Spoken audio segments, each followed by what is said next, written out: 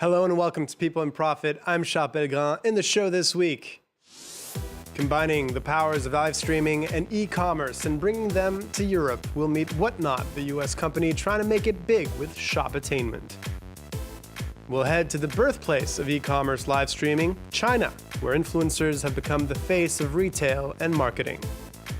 And we'll look at the environmental toll of these consumerist habits and the movements that are trying to change our way of life. Well, as we approach the end of year and the holiday shopping season, retailers in most parts of the world are ramping up promotions and offers to entice buyers, especially online.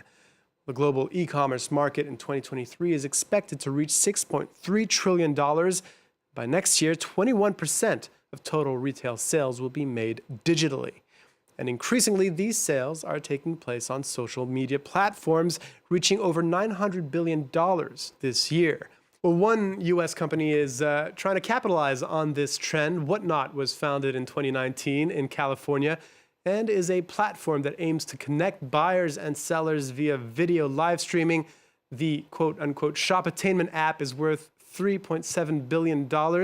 And Armand Wilson, the VP of Categories and Expansion at Whatnot, joins us now.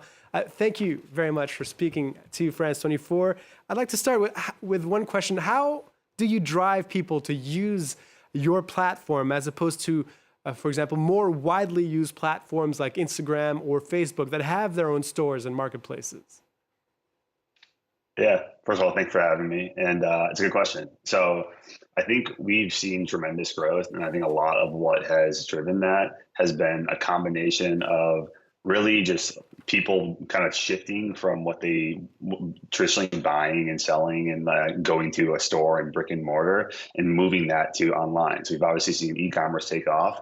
But I think what's missing in that process, that buying experience, is really just connectivity and community. And I think what you see on Whatnot is if you enter a stream, you'll see it's not very uncommon to just enter a live stream and someone to announce you by name and show you a new show you a product that they've been saving for you. And I think that like intimacy and that personalization of the shopping experience is really what keeps bringing buyers back and back for more and more, is that we really built a platform that's based off of commerce, based off of community. And I think that's why so many users really flock to the app and stay. Are you talking about the platform being based on community? A lot of the buyers on Whatnot sell collectible items, sports memorabilia, maybe comic books. What's the advantage of having this kind of niche market? And is the plan in the long term to have virtually any kind of goods that can be sold on the platform? Yeah, totally. So Whatnot was started, in 2019. It was started by two collectors that were really passionate about collecting. So a lot of the early categories were based on collectibles, and that was because buying collectibles or buying a lot of things online can be a tough experience, right? You can get a lot of fraud. You can buy something, it never shows up.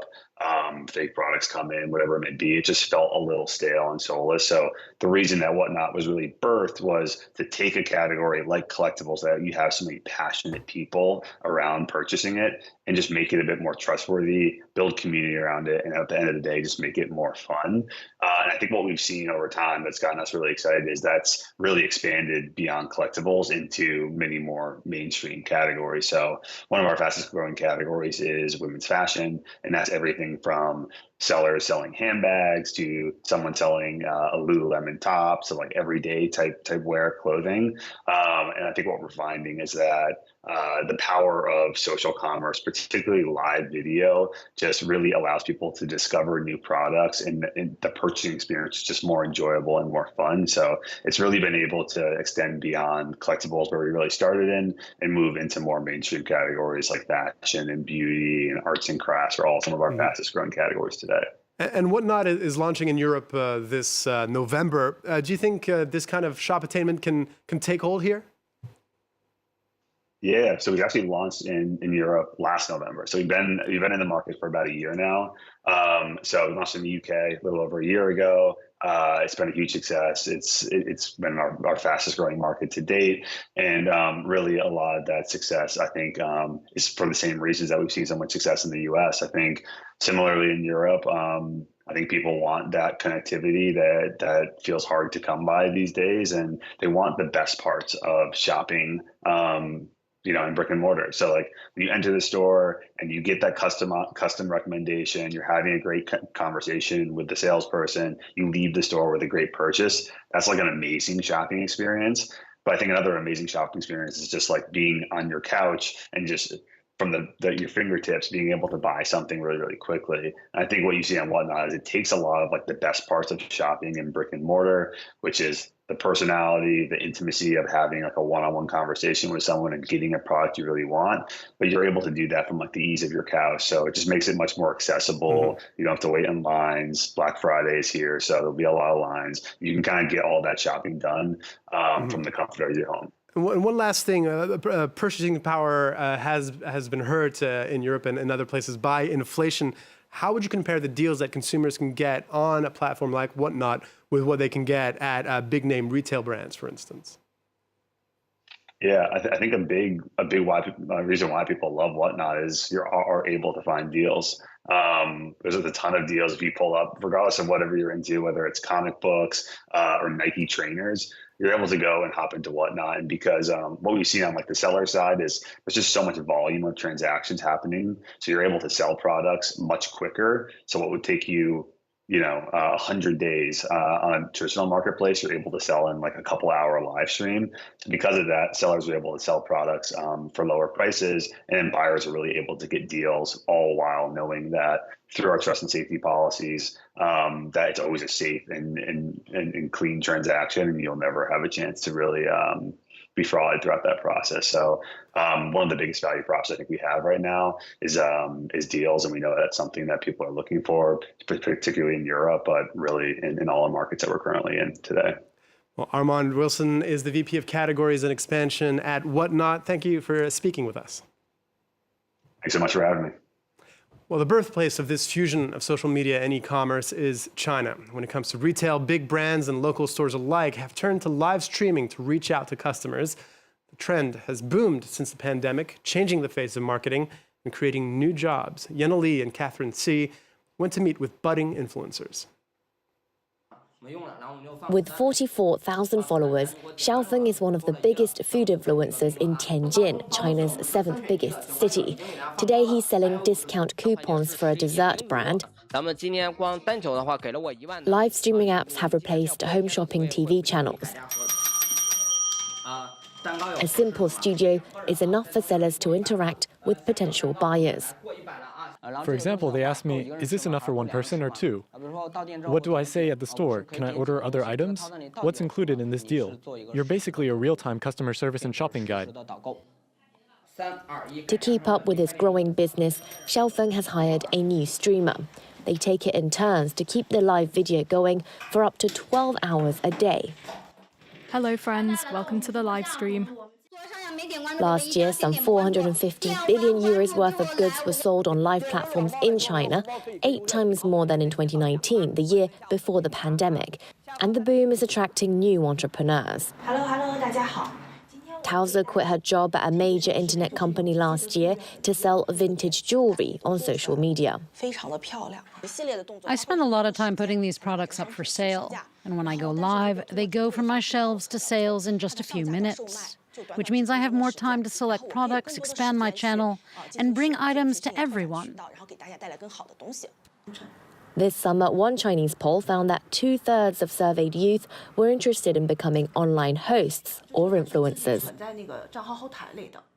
All this consumption comes at a cost, especially for the planet. For instance, in 2022, the week of Black Friday led to 1.2 million tons of CO2 being released in Europe because of the increase of trucks transporting goods around the continent.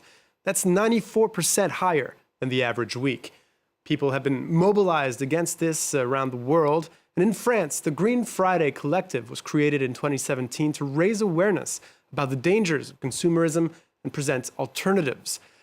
Well, joining us on set is Tancred Girard, who's communications manager at Refaire, a network of centers and charity shops that aims to encourage the recycling and reuse of consumer goods, and she's also a member of Green Friday as a collective. Thank you for being with us. Well, thank you very much for having me. Well, let's start about talking about big consumer festivals like Black Friday, you actually questioned the fact that consumers actually get a better deal or get a good deal on such an occasion. Yeah, it's a very important thing to keep in mind. A lot of companies use some techniques that are now illegal in theory in the European Union, which consists of raising the prices beforehand and then dropping them on the day of the Black Friday to pretend it's a big sale.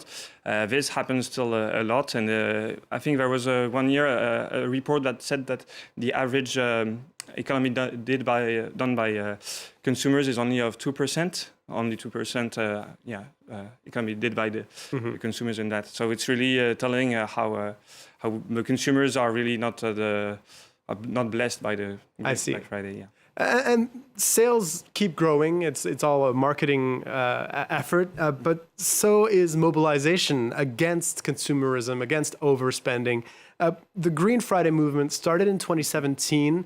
It's now 2023. How would you say this movement has evolved? Well, the movement has very well evolved. There are more and more people, more and more associations and companies which are interested in what we do. And the interesting thing is it started in France for what concerns us, and more specifically around Paris. But it has grown in borders too. We have been joined by Ressources, which is a Belgian movement of charity shops and recycling centers, and it's also gaining a lot of traction around Europe, thanks to the NGO Reuse that has joined us too. And we also see some members in Quebec now, so we see that it's not only growing in size and in numbers of people and companies and associations joining it, but also in the scope, in the territory and the borders concerned by this campaign. And what about the types of people who ask for your help or advice in these centers around Paris? Well, it's very diverse. We see people with all kind of reasons to be interested in what we do. For some, it's purely economical reasons. For others, it's ecological reasons. All people can gather around the idea that waste is something terrible, and there are very positive and very enthusiastic solutions that can help on both fronts. And there's important to keep in mind that it's not a fatality, and you don't have to choose between the planet and your wallet, actually. And what would you say is the biggest obstacle to more recycling centers being created and to seeing more people choosing used products over brand new ones, for instance? What's the biggest obstacle? Well, it's really hard to say. Like all things regarding the ecological matters and the planet and biodiversity matters that we try to tackle, we really need some strong political will in this. We have been really helped by some local actors like the Paris City and the Île-de-France region as a whole, but there needs to be more legislative change on that front too. And really, I think, and change on mentality on what it means to how do you tackle these issues, and how, the act of sale is not an automatic one, and how you can promote social associations that act on that every day, and they really can help convey the movement and the change. What about if you don't mind me asking, on a personal level, on an individual level, as a person who I assume wants to lead a zero waste lifestyle, wants to really have an ethical way of existing in life, what's the hardest part of trying to change your consumption habits? It's a good question. It's hard to really point one thing. I think it's really, you don't have to feel guilty about everything you do. And it's an important thing to keep that in mind. The path towards good, ethical, healthier, sustainable lifestyle, can be a very positive one. And so you can be proud of things you do every day and not feel bad every time you slip, because of course it can happen. For instance, it's Christmas is coming right around. It's better if you can find what you want to buy to your relatives in secondhand, or if you can repair stuff, and if you can find it in more affordable and sustainable brands. But if you can't, well, you don't always have to feel bad about it. So I think it's really feel that it's going to be a long journey, and if you want to succeed it, and you have to stay enthusiastic about it and not feel bad every day. Tancred Girard, you're the communications manager at Refaire, a network of recycling centers and charity shops in the Paris area. Thank you for speaking with us. Thank you for having me. Well, that's all for this week. You can watch our previous shows on France24.com or listen by searching People and Profit on the podcast platform of your choice. And if you have any comments or questions, feel free to reach out to us on social media. Thanks for watching, and stay tuned.